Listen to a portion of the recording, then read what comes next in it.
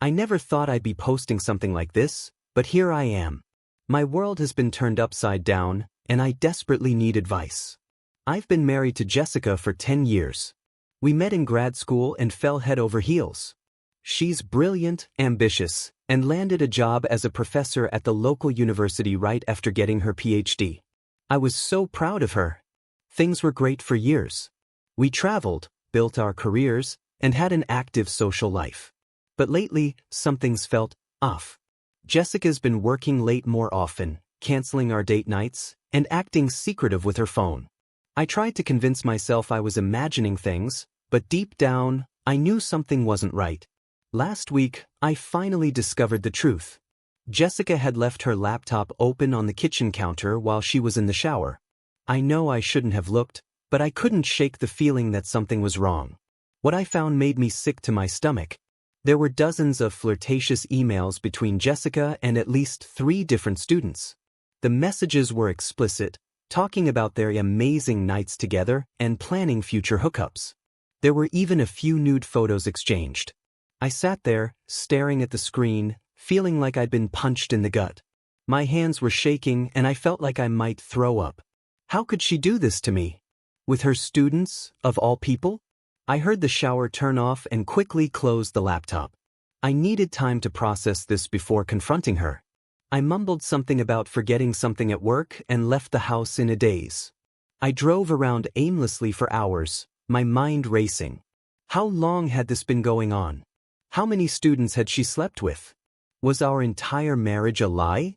When I finally came home, Jessica was curled up on the couch, watching TV like nothing was wrong. She smiled at me and asked how my day was. I couldn't believe how easily she could lie to my face. I took a deep breath and said, "Jessica, we need to talk.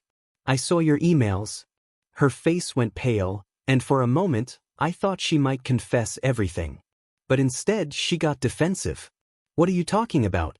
You went through my emails?" That's a huge invasion of privacy. I couldn't believe she was trying to turn this around on me. "Don't try to deflect," I said, my voice shaking. "I know about the affairs with your students. How could you do this to me?" Jessica's eyes narrowed. "You don't know what you're talking about," she snapped. "Those emails were just innocent flirting. Nothing happened." I couldn't believe what I was hearing. Innocent flirting? "Jessica, I saw the nude photos. I saw the messages about your amazing nights together. Don't insult my intelligence by lying to my face." She stared at me for a long moment, then her whole demeanor changed. The defensive anger melted away, replaced by cold indifference. "Fine," she said, crossing her arms. "You want the truth?" "Yes, I've been sleeping with my students. And you know what? It's been incredible." I felt like I'd been slapped. How many?" I managed to choke out. Jessica shrugged, a smirk playing at the corner of her mouth. "I don't know. 6? I lost count. They're young, they're eager to please, and they actually appreciate my intellect. Unlike you." Her words cut deep. I couldn't believe this was the same woman I'd fallen in love with. "How long has this been going on?" I asked, dreading the answer. "About 2 years," she said casually, as if she was discussing the weather. "Ever since I got tenure." I figured, why not have some fun? 2 years. Half of our marriage had been a lie. I felt sick. I stumbled backwards, feeling like the room was spinning. 2 years? "Jessica, what about our marriage vows? What about the life we built together?" She rolled her eyes. "Oh, grow up, Michael. Monogamy is a social construct. I'm just living my best life. You should try it sometime." Her callousness was shocking. I felt anger bubbling up inside me. Living your best life? By betraying me and risking your career? What if the university finds out? Jessica laughed, a cold, mocking sound. "They won't. I'm too valuable to them. And even if they did, it would be worth it. The sex is mind-blowing. These young guys have stamina you couldn't even dream of." Each word was like a knife to my heart. I couldn't believe she was being so cruel, so deliberately hurtful. "Do you even love me anymore?" I asked, my voice barely above a whisper. She paused, then shrugged. "I love the life we've built. The house, the status, the financial stability. But you? You're just comfortable. Boring. I felt like I was going to be sick. And the students? Do you love them? Jessica laughed again. Love them? Please. They're just toys. Fun to play with, but ultimately disposable. I stood there, stunned into silence. This person in front of me was a stranger. The woman I thought I knew, the brilliant, passionate Jessica I fell in love with, was gone. Or maybe she never really existed at all. I want a divorce, I said, surprised at how calm my voice sounded. Jessica's eyes widened for a moment, then narrowed. Don't be dramatic, Michael. We can work this out. I'll be more discreet. More discreet. I interrupted, feeling a surge of anger. You think that's the problem here? That you weren't sneaky enough? She shrugged. Well, yeah. If you hadn't snooped, we wouldn't be having this conversation. We could have gone on living our comfortable life. I couldn't believe what I was hearing. Our comfortable life was built on lies, Jessica. I don't want any part of it anymore. Fine, she spat. If that's how you want to be, go ahead and leave. But don't think for a second you're getting half of everything. I'll bury you in court. I laughed bitterly. You really think a judge will side with you when they hear about your affairs with students? Your career will be over. For the first time, I saw a flicker of fear in her eyes. That night, I packed a bag and went to stay with my best friend, Eric. I couldn't bear to be in the same house as Jessica anymore. As I lay on Eric's couch, staring at the ceiling, I felt like I was drowning in a sea of emotions. Anger, betrayal, sadness, and a crushing sense of loss washed over me in waves. How could I have been so blind? Were there signs I missed? Could I have done something differently to prevent this? I barely slept that night, and when morning came, my phone was flooded with messages from Jessica.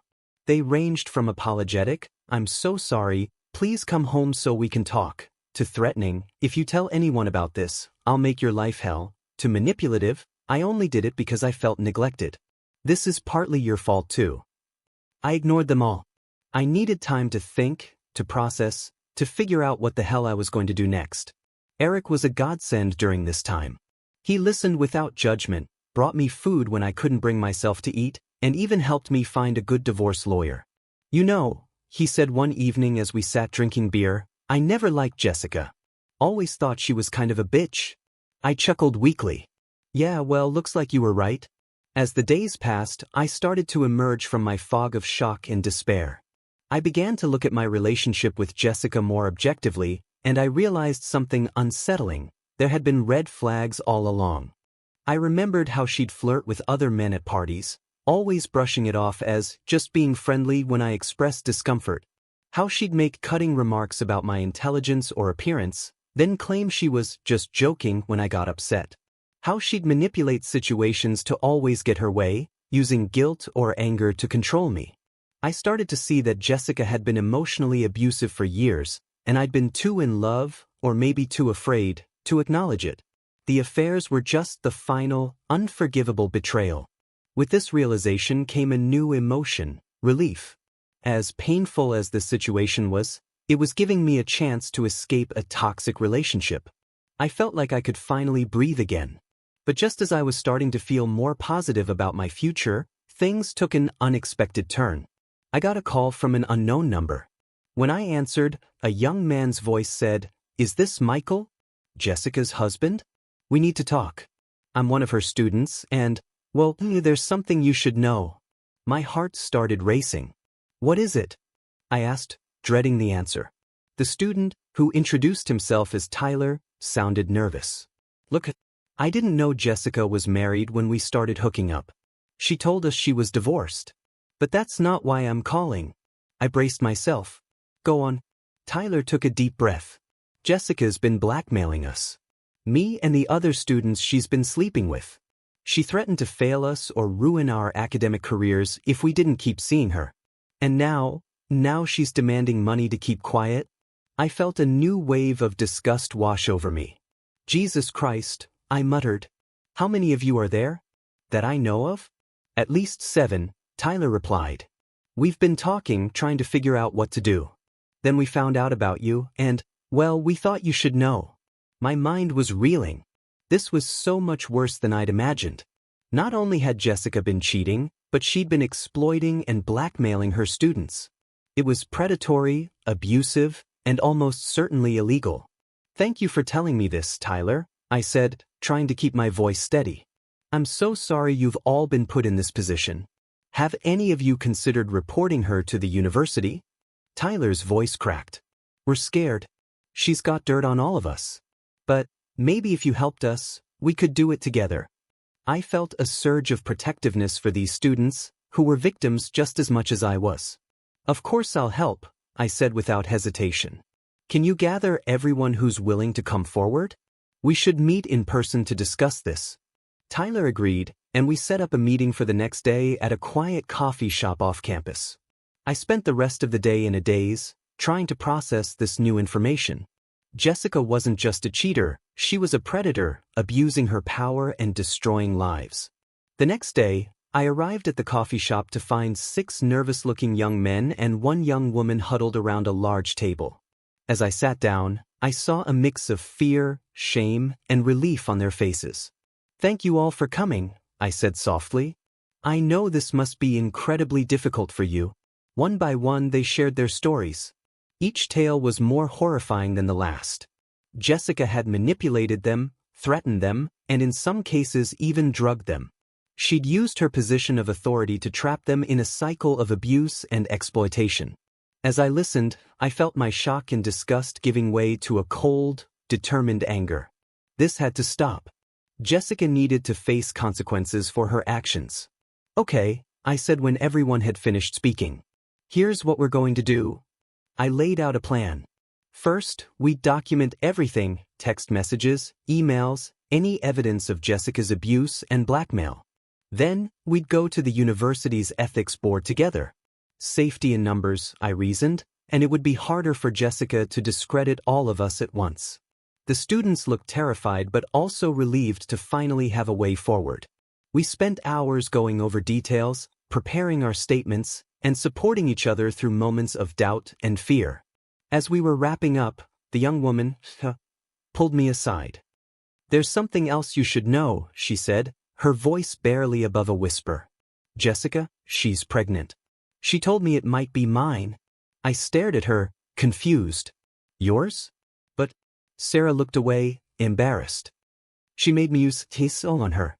Said it was the only way to pass the class." "I'm so sorry, I didn't want to dash." I cut her off, feeling sick. "It's not your fault, Sarah. None of this is your fault." As I left the coffee shop, my head was spinning. Pregnant?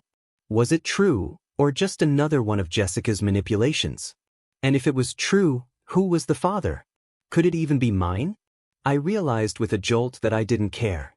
Even if the baby was biologically mine, I wanted nothing to do with Jessica or any child she might have. She was toxic, abusive, and dangerous. The best thing I could do was to get as far away from her as possible. The next few weeks were a whirlwind of activity.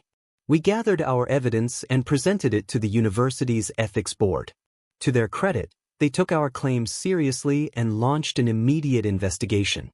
Jessica, of course, didn't go down without a fight. She denied everything, accused me of orchestrating a smear campaign out of jealousy, and tried to paint the students as vindictive liars. But the evidence was overwhelming. Emails, text messages, recorded phone calls, and even security camera footage from her office all painted a damning picture. It was clear that Jessica had been abusing her position of power for years. The university fired her and revoked her tenure. They also reported her to the police, as some of her actions were criminal.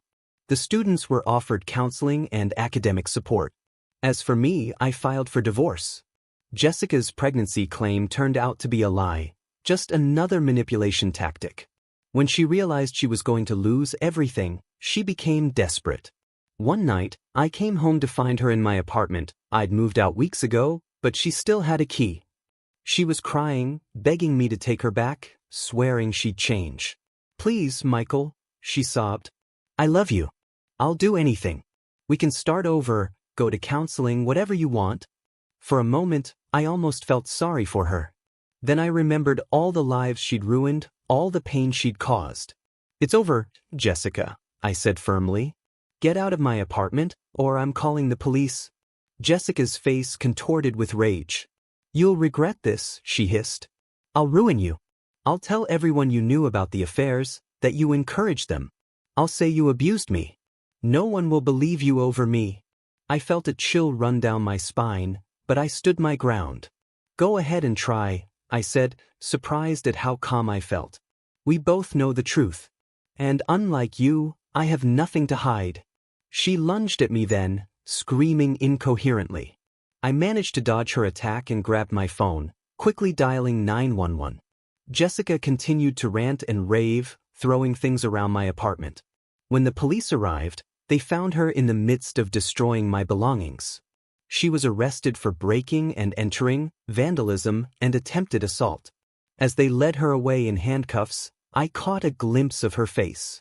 The woman I once loved was gone, replaced by a stranger consumed by rage and bitterness. It was the last time I ever saw her in person. The aftermath was messy. True to her word, Jessica tried to spread lies about me. But with her credibility in tatters and multiple criminal charges pending against her, few people believed her.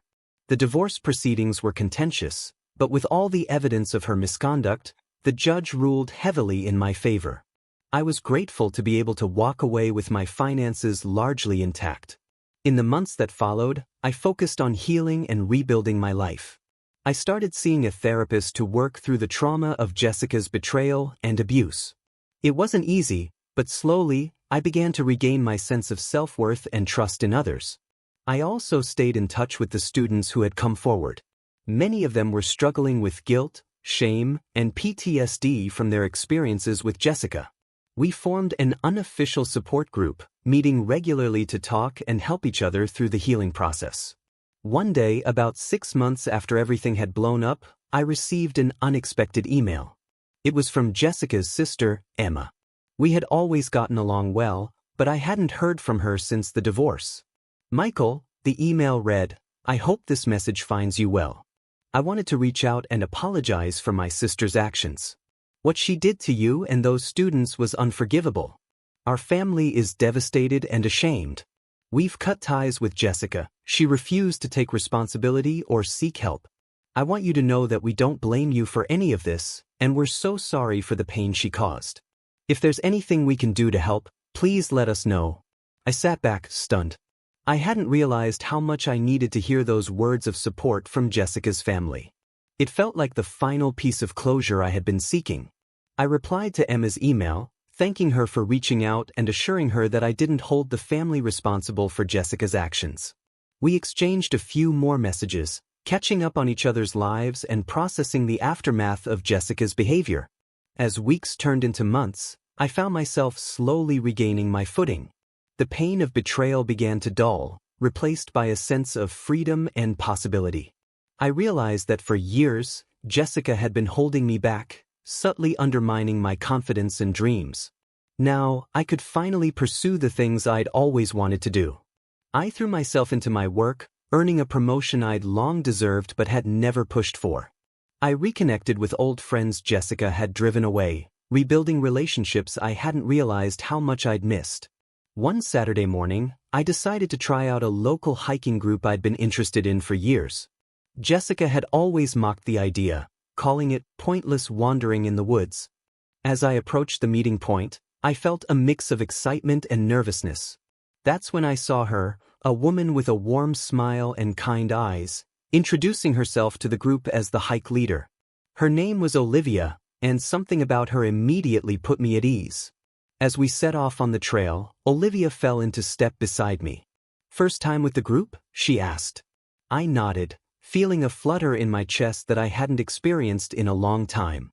"Yeah, I've always wanted to try it, but, well, it's a long story." Olivia smiled. "Well, we've got a 4-hour hike ahead of us. Plenty of time for long stories, if you're willing to share." I found myself opening up to Olivia as we hiked. There was something about her calm, non-judgmental presence that made me feel safe. I shared a condensed version of what had happened with Jessica, careful not to overwhelm her with the more sordid details. To my surprise, Olivia listened intently, offering words of support and understanding. As we reached a scenic overlook, She turned to me with a serious expression. "Michael," she said, "I'm so sorry you went through that. But I'm glad you found the strength to leave and to start rebuilding your life. That takes real courage." Her words touched me deeply. For the first time in a long while, I felt truly seen and understood. As we continued our hike, the conversation shifted to lighter topics. We discovered shared interests in books, travel, and terrible puns. By the time we returned to the trailhead, I felt more alive and connected than I had in years. "So," Olivia said as we were saying goodbye, "same time next week?" I grinned, feeling a spark of hope for the future. Wouldn't miss it for the world. As I drove home, I realized something important. The pain Jessica had caused would always be a part of my story, but it didn't define me. I was more than a victim of her betrayal. I was a survivor, ready to write the next chapter of my life. Over the next few months, Olivia and I grew closer. We started meeting for coffee after hikes, then for dinner. I was cautious at first, afraid of being hurt again, but Olivia was patient and understanding. One evening, as we walked through a park after dinner, Olivia took my hand. "Michael," she said softly, "I know you've been through a lot, and I understand if you're not ready. But I want you to know that I care about you. A lot. And I'm willing to take things as slow as you need." I felt a rush of emotion, fear, excitement, hope. "I care about you too, Olivia," I admitted. "But I'm scared. What if I'm too damaged? What if I can't trust again?" Olivia squeezed my hand. "We all have baggage, Michael. What matters is how we carry it. I'm not asking for guarantees. I'm just asking for a chance." In that moment, looking into her eyes, I made a decision. I leaned in and kissed her, soft and sweet. When we pulled apart, we were both smiling. "Is that a yes?" Olivia asked, her eyes twinkling. I nodded, feeling a weight lift from my shoulders. "It's a yes. Let's see where this goes." As we continued our walk, hand in hand, I realized that for the first time since discovering Jessica's betrayal, I was looking forward to the future with genuine excitement and hope. A year after that first kiss with Olivia, I found myself in a place I never thought I'd be again, happy, secure, and in a healthy relationship. Olivia and I had taken things slow, building a foundation of trust and mutual respect. She was patient with my moments of insecurity and always encouraged open communication. The contrast between my relationship with Olivia and my marriage to Jessica was stark. Where Jessica had been manipulative and cruel, Olivia was kind and supportive. Where Jessica had tried to dim my light, Olivia encouraged me to shine. I also continued to heal in other areas of my life. The support group with the students evolved into lasting friendships. We celebrated each other's victories, graduations, new jobs, successful therapy breakthroughs. Seeing them overcome their trauma gave me strength in my own journey. As for Jessica, I heard through the grapevine that she had been convicted on multiple charges and was serving time in prison. While part of me felt satisfied that justice had been served, mostly I felt pity for her. What kind of emptiness must she have felt to hurt so many people? I made a conscious decision to let go of my anger towards her. Not for her sake, but for mine. Holding on to that bitterness was only hurting me, and I was ready to be free of it. Looking back on everything that happened, I realized I had learned some valuable lessons. 1. Trust your instincts. If something feels off in your relationship, it probably is. 2. You can't change someone who doesn't want to change. You can only change yourself and your reactions. 3. It's okay to ask for help. The support of friends, family, and professionals was crucial in my healing process. 4. Healing isn't linear. There will be good days and bad days, and that's okay. 5. You are stronger than you think. Even when it feels like your world is falling apart, you have the power to rebuild it. To anyone going through something similar, I want to say, it gets better. The pain won't last forever. You deserve happiness and love, and it is out there. Don't let one person's betrayal close your heart to the possibility of future joy. Your story isn't over, it's just beginning a new chapter. I want to express my heartfelt gratitude to each and every one of you for watching my videos, sharing them, and supporting me along the way. Your views, comments, and likes are the driving force behind my passion to create captivating and unexpected stories. Every tale I share is more than just a plot. It's a journey of emotions, lessons, and reflections that we experience together. Your engagement brings life and soul to this channel. Thank you for sticking with me until the very end of each video, because the finale of every story is where the real impact lies. I promise to continue delivering twists and turns that surprise, inspire, and resonate with your hearts.